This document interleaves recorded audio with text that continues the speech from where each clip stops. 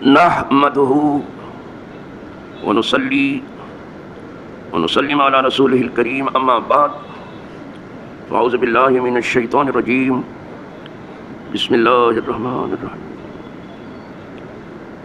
وعن ابراہیم ابن عبد الرحمن الازری قال قال رسول الله صلى الله عليه وسلم يحمل هذا العلم من كل خلف وطوله ينفون عنه تعريف الغالين وانتهاء للمبتلين وتأويل الجاهلين رواه البيهقي في كتاب المدخل مرسلا وسنذكر حديث جابر فإنما شفاء العي السؤال في باب التيمم ان شاء اللہ تعالی۔ یہیں پر دوسری فصل علم کی ختم ہوئی۔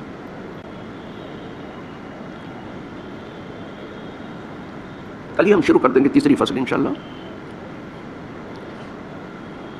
تو دوسری فصل علم کی یہیں پر اسی حدیث پر ختم ہو گئی۔ وہ حدیثیں سنیں گے جو تیسری فصل میں آئی ہے۔ یہ حدیث ابراہیم ابن عبد الرحمن ازری سے مروی ہے۔ وہ کہتے ہیں فرمایا رسول اللہ صلی اللہ علیہ وسلم نے کہ اٹھائے گا اس علم کو، حمل کہتے ہیں اٹھانے کا، بوجھ اٹھانا۔ علم کا بوجھ سب سے زیادہ ہے، دیکھنے میں تو نہیں آتا آپ کو، لیکن دنیا میں جو بھی بوجھ اٹھائے جا رہے ہیں سب سے بڑا بوجھ علم کا۔ ایک من علم کا بوجھ اٹھانے کے لیے 10 من عقل چاہیے۔ لوگ سمجھتے نہیں، اور اللہ نے کوئی چیز علم سے بڑھ کے پیدا نہیں کی ہے۔ جیسے غذاؤں میں دودھ سے بڑھ کے کچھ نہیں۔ ایک دودھ ہی ایسی غذا ہے جس میں وہ تمام چیزیں جو جسم کو چاہیے سب موجود ہیں۔ دنیا کی اچھی سے اچھی غذا، اس میں جسم کو جو جو چیز چاہیے سب موجود نہیں ہے۔ کتنی بھی ساگ بھاجی کھا جاؤ، ویجیٹیرین یا نان ویجیٹیرین کھا جاؤ، کچھ نہیں ہوگا۔ لیکن دودھ میں کوئی ایسی چیز جو جسم کو چاہیے سب موجود ہے۔ اور یہ بات وہ ہے جس پر ساری دنیا کا اتفاق ہے۔ دینی علوم میں بھی یہی ہے، اور دنیا نے بھی جو سیکھا ہے وہ یہی سکھاتے ہیں کہ دنیا میں دودھ سے بڑھ کر کوئی چیز نہیں۔ اسی لیے جب کوئی دوا ریئیکشن کرتی ہے تو اس کا علاج دودھ ہی ہے سب سے زیادہ اچھا۔ اور اسی لیے حضور نے معراج میں دودھ ہی پیا تھا، اور پی کے بتا دیا تھا امت کو کہ پینا، میں تو چائے کی جگہ پہ بھی دودھ ہی پیتا ہوں، صبح چائے نہیں پیتا ہوں، دودھ پیتا ہوں، بھلے ایک چھوٹا سا کپ۔ اور خوراک بھی کیا، ایک چپاتی کھانا ہے مجھے تو تھوڑا سا دودھ پی لیتے ہیں اپنے ساتھ۔ دودھ میں سب ہے۔ تو سارے جہاں کا اس پر اتفاق ہے کہ دودھ جیسی غذا اللہ نے جسم کے لیے پیدا نہیں کی۔ اسی لیے جب اس کی دعا کی جاتی ہے کھانے کے بعد تو کہتے ہیں کہ اللہم بارک لنا فی، اس کھانے میں ہم کو برکت دے جو ہم نے کھایا، وہ زدنا منہ، اور زیادہ کر اس کو۔ زدنا کا لفظ آتا ہے۔ اور دنیا کی کوئی بھی غذا آپ کھائیے تو یہ دعا نہیں، دوسری دعا، آپ دلا من، اس کو اور اچھی غذا سے بدل دیں۔ کوئی بھی اچھی شاہ کے دسترخوان پر، یا شہنشاہ کے، یا کچھ کلا کے، یا امیر کے، یا رئیس کے دسترخوان پہ آپ کھانا کھائیے تو آپ دل نہ منو آئے گا کہ اللہ اس کھانے کو اور اچھے کھانے سے بدل دے۔ قدرت خود چاہتی ہے کہ اپنے بندے کو اچھے سے اچھا کھلائے، بس۔ لیکن دودھ پیے تو کہا جاتا ہے زدنا منو، سے اچھی چیز ہی نہیں ہے، پیدا ہی نہیں کی قدرت، اس کو اور زیادہ کرو۔ تو جیسے سارے جہاں کا اس بات پر اتفاق ہے کہ دودھ سے بڑھ کر جسم کے لیے کوئی غذا نہیں، اسی لیے تمام دنیا کا اس پر اتفاق ہے کہ روح کے لیے علم سے بڑھ کے کوئی غذا نہیں۔ آج جو ہے جسم کی غذا کی فکر تو ہے سب کو، وہ ہٹے کٹے بنے پھر رہے ہیں۔ روح کو زندہ کرنے کی فکر بہت کم لوگوں کو۔ روحیں تقریباً مر چکی ہیں جسم کے اندر۔ اسی لیے یہ زوال جو آپ کو دکھائی دیتا ہے اسی کا ہے، اور دنیا آپ کو ٹٹولتی رہتی ہے اور ناپتی رہتی ہے کہ آپ کہاں پہنچے ہیں۔ روح کے لیے علم سے بڑھ کے کوئی چیز نہیں۔ علم بھی دو طرح کا ہے، ایک علم وہ ہے جو خود کو نفع دیتا ہے اور ساری دنیا کو نفع پہنچاتا ہے، اور ایک علم وہ ہے جو خود کو بھی نقصان دیتا ہے اور ساری دنیا کو بھی جہنم بنا دیتا ہے۔ اب اسی دنیا کی ایجاد تو ایٹم بم ہے، ہائیڈروجن بم ہے، نائٹروجن بم ہے، یہ سب کیا دنیا کو ختم کرنے کے لیے۔ ہو سکے تو لوگوں کو جلانے کا کام کرو، مارنے کا نہیں۔ مارنے میں کوئی بہادری نہیں ہے۔ یوکرین کا وہ صدر جو یا تو دیوانہ ہے یا پاگل ہے یا احمق ہے، جب اس کا بیان نشر ہوتا ہے ریڈیو پر تو سن کے حیرت ہوتی کہ یہ صدر ہے، پورے ملک کو آگ لگا کر کے وہ پوری آبادی کو خانمہ برباد کر کے اس بات کا فخر کر رہا ہے اتنے میزائل ہم نے توڑ دیے، اتنے ٹینک ہم نے توڑ دیے، اور اتنے روسیوں کو ہم نے مار دیا، اس بات کا ہی فخر کر رہا ہے. پورا یوکرین ویران ہو گیا، اس کا کوئی تذکرہ نہیں کرتا وہ. اور یہ جو دنیا بکواس کرتی رہتی ہے، بڑی ہوشیار بنتی ہے، یہ اتنے سویلین کو مار دیا، یہ ہاسپٹل کو مار دیا، یہ انسانی آبادی میں بمباری کر دی. ارے انسان تو جو تھے وہ سب بھاگ گئے، سب چل دیے.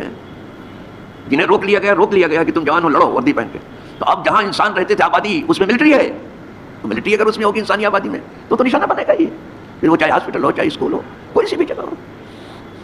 اور سب سے بری عادت یہ ہے کسی عبادت گاہ میں فوج کو رکھنا، غلط. عبادت گاہوں پہ سے پاک رکھا جائے، کیونکہ یہ لوگ جو ہے اس کو پہلے نشانہ بناتے ہیں. تو میں تو صرف یہ بتانے جا رہا تھا کہ روح کے لیے علم سے بڑھ کر کے کوئی غذا نہیں ہے. جہاں جسم کو چاک چوبند آپ کو رکھنا ہے، وہاں اپنی روح کو بھی زندہ رکھنا ہی ہے. وہ آدمی زندہ نہیں ہے جس کی روح زندہ نہیں، وہ چلتا پھرتا مردہ ہے. چلنے پھرنے کا نام زندگی نہیں. اگر زندہ ہو تو زندہ جیسا کچھ کام کرو.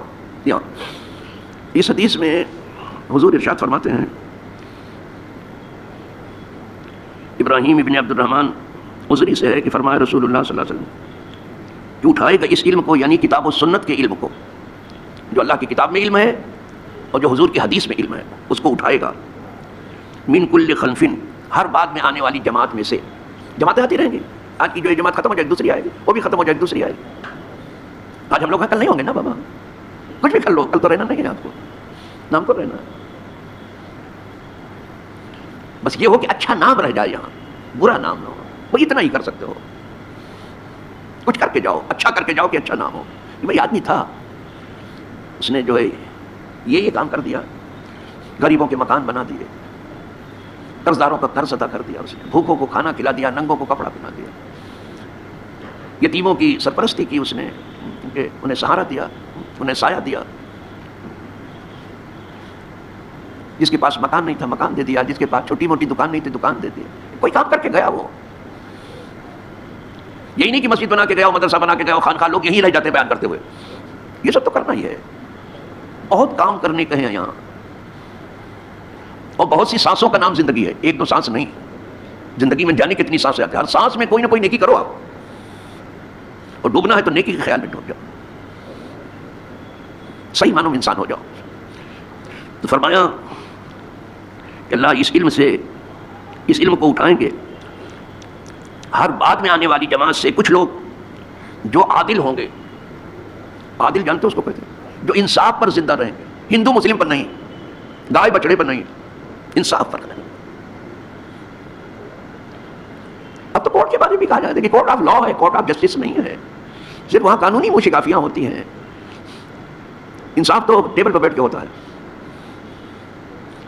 اسی لیے وہاں جانا بھی اپنا وقت صرف خراب کرنا ہے، وقت کی تباہی ہے. ہمارے پاس جو کبھی پارٹیاں آئیں تو ہم نے روک دیا کہ آپ بلا وجہ اپنا وقت اور پیسہ برباد مت کرو.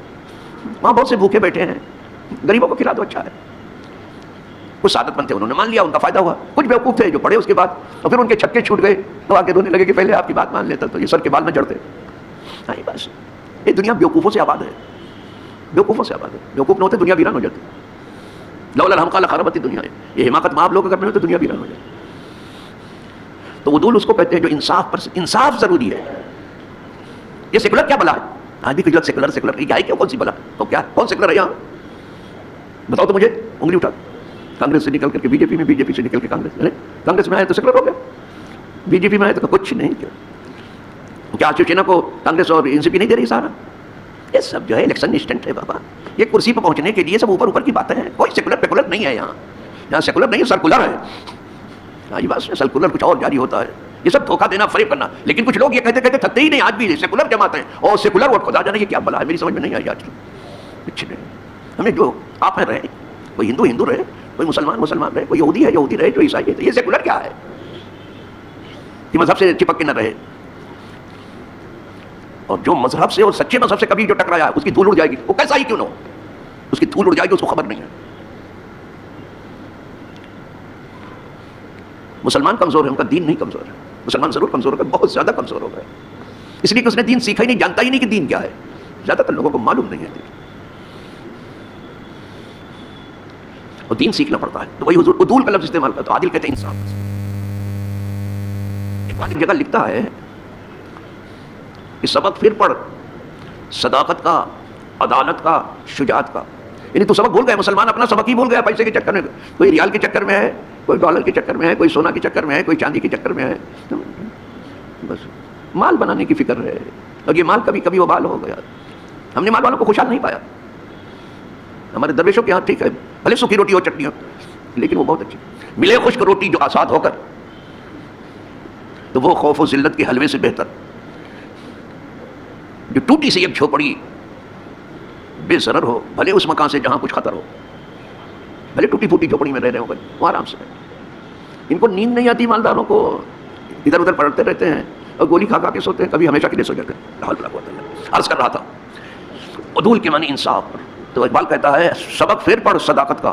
مسلمان سچے کا نام جھوٹا نہیں ہے. جھوٹا آدمی کامل الایمان نہیں ہے. سچا ہو، سچے ہو جاؤ. عدالت کا انصاف پر زندہ رہو، چاہے اپنا ہو چاہے پرایا، سب کے ساتھ ہو. ہم نے دیکھا وہ دم نہیں رہے گا جس کو کوٹ کہتے ہیں، دم نہیں ہے اس میں. وہ بھی بے دم دکھائی دے رہا، کچھ نہیں. جو کسی کے دباؤ میں کام کرے وہ کیا سچا ہو سکتا ہے؟ قانون مانتا ہی نہیں کسی کے کہ کسی کے دباؤ میں آئے. قانون سب کے لیے، چھوٹے بڑے کے لیے سب یکساں ہے. کیا حضور نے فیصلہ نہیں کیا؟ ایک مسلمان نام نہاد تھا، ایک یہودی تھا، یہودی کا حضور نے فیصلہ کر دیا. سن چکے ہو آپ. انصاف اس کی طرف. یہاں چہرہ دیکھ کے کہ جب ہوگا فیصلہ تو پھر اللہ ہی رحم کرے. کسی کے دباؤ میں کوئی کام ہوگا اللہ ہی رحم کرے. جو اپنی عزت نہ بچا سکے ہماری کیا بچائے گا بابا. انصاف پر قائم رہو. تو وہ کہتا ہے کہ سبق پھر پڑھو. وہ سبق تو بھول گیا ہے مسلم جو تو بالکل سچا تھا.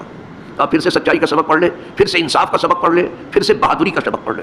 بہادری کا معنی یہ ہے کہ غیر ضروری دباؤ کسی کا قبول مت کر. وہ چاہے امریکہ ہو چاہے رشیا ہو، کسی کا غیر ضروری دباؤ قبول کرنے کی ضرورت نہیں ہے. ہاں ضرورت ہے تو کسی کے بھی ساتھ ہے. انصاف جس کی طرف ہے کر دو. جس کو کہتے ہیں دودھ کا دودھ پانی کا پانی. میڈیا یہاں کے جھنجھنا لیے بجاتی رہتی ہے، حکمرانوں کے گیت گاتی رہتی ہے. یہ سب درباری شاعر ہیں، کیا کرو گے؟ حیرت ہوتی ہے. سب کے ہاتھ میں جھنجھنا دے دیا، بجاتے رہتے ہیں. لیکن حضور فرماتے ہیں کہ اٹھائے گا اس علم کو بعد میں آنے والی جماعتوں میں سے کچھ وہ لوگ اٹھائیں گے جو انصاف پسند ہے، انصاف دوست ہے. آج بھی دنیا میں انصاف دوست ملیں گے، بھلے انگلیوں پر آپ انہیں شمار کر لو، انگلیوں پر شمار کیے جائیں گے. ان کا شمار انگلی پہ ہو سکے گا، لیکن ہیں. تو پھر وہ انصاف پسند لوگ کیا کریں گے جب آئیں گے؟ تو ینفعون عنہ، وہ دور کر دیں گے اس سے، یعنی دین سے. تحریف الغالین، جو انتہا پسندی ہے دین میں داخل کر دی گئی ہے، زبردستی، اس کو دور کر دیں گے. وہ جو غلو ہے اس میں، انتہا پسندی ہے، حد سے آگے نکل گئے ہیں، اس کو وہ دور کریں گے. وہ انتحال المبتلین، اور جو دین میں جھوٹ داخل ہو گیا ہے، گھس گیا ہے بری طرح سے، اس کو بھی صاف کر ڈالیں گے. وہ کچھ لوگ ہوں گے ایسے جو جھوٹ کو صاف کریں گے. کچھ لوگ کہتے ہیں ہم بازار جاتے ہیں تو پھر اپنا ایمان کباٹ میں بند کر کے جاتے ہیں. واہ واہ واہ احمق. کچھ لوگ کہتے ہیں کیا سچ بول کے بھی دھندا ہوتا ہے؟ انا للہ. اور یہ چندہ کرنے والے بھی کہتے ہیں کیا سچ بول کے بھی چندہ ہوتا ہے؟ وہ بھی ایک دھندے کی شکل اختیار کرتے ہیں. اللہ ان بے پر کے دھندوں سے اور چندوں سے بچا لے. بے پر کے دھندوں سے اللہ بچا لے، بہت دور رکھ، ان کے سائے سے اللہ بچا لے.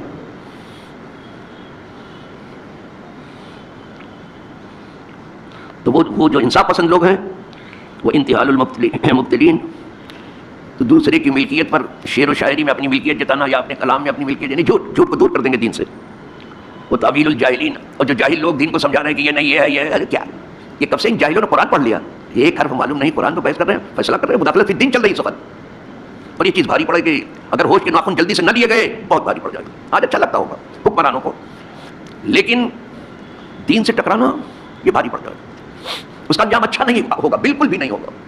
اور یہ امریکہ کی دھمکی نہیں ہے، ادھر وہ دھمکی دے، اس کا تو دوسرا دندے نہیں ہے. دھمکی دینا، گالی دینا، کسی کی معیشت تباہ کرنا، کسی کے معاشرت تباہ، کسی پر سنسن لگانا، کسی کے رقبے کی قیمت گرانا، کسی کا پیسہ سیز کر دینا، یہ سب کوئی اچھا کام تو امریکہ کا ہی نہیں ہے.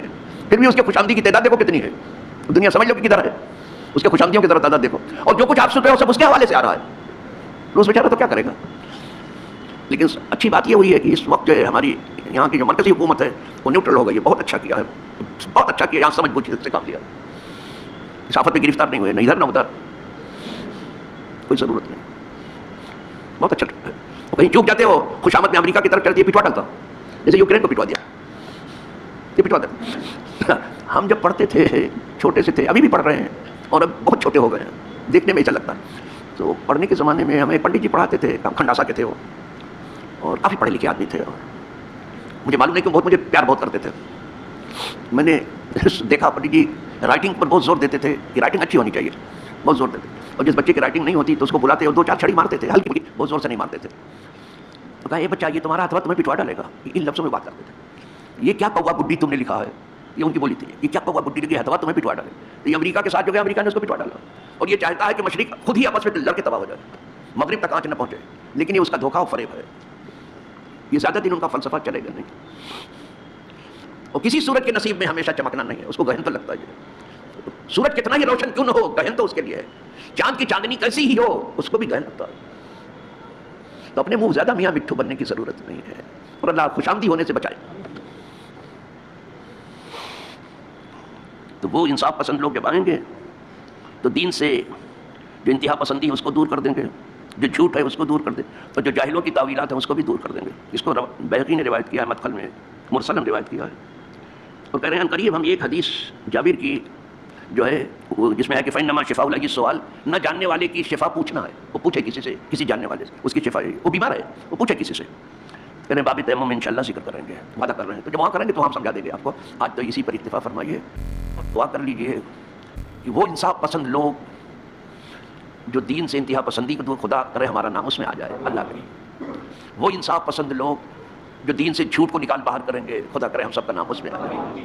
وہ انصاف پسند لوگ جو جاہلوں کی تعبیر کو غیر ضروری معنی پہناتے ہیں, جو کسی لفظ کو, اللہ اس سے بھی بچا لے. اللہ ہر برائی سے پوری امت کو بچا لے, نیکوں کے ساتھ زندہ رکھے, نیکوں کے صفوں میں موت آیا, اور نیکوں کے ساتھ ہم تمام کا حشر نصب. یہ درس انہی کلمات پر ختم کے حوالے سے 2-4 لفظ عرض کر دوں میں. یہ ماہ شعبان ہے, وہ مبارک مہینہ ہے جس میں حضور سب سے زیادہ روزہ رکھتے تھے. ورنہ حضور کی عادت کریمہ یہ تھی صرف رمضان کے پورے مہینے کا روزہ رکھتے تھے, کسی مہینے کا پورے مہینے کا روزہ حضور نے نہیں رکھا. یہ سمجھ لینا, رکھتے تھے روزہ لیکن پورے مہینے نہیں. اور پوچھا جائے کہ کس مہینے میں سب سے زیادہ رکھتے تھے, تو یہی شعبان ہے.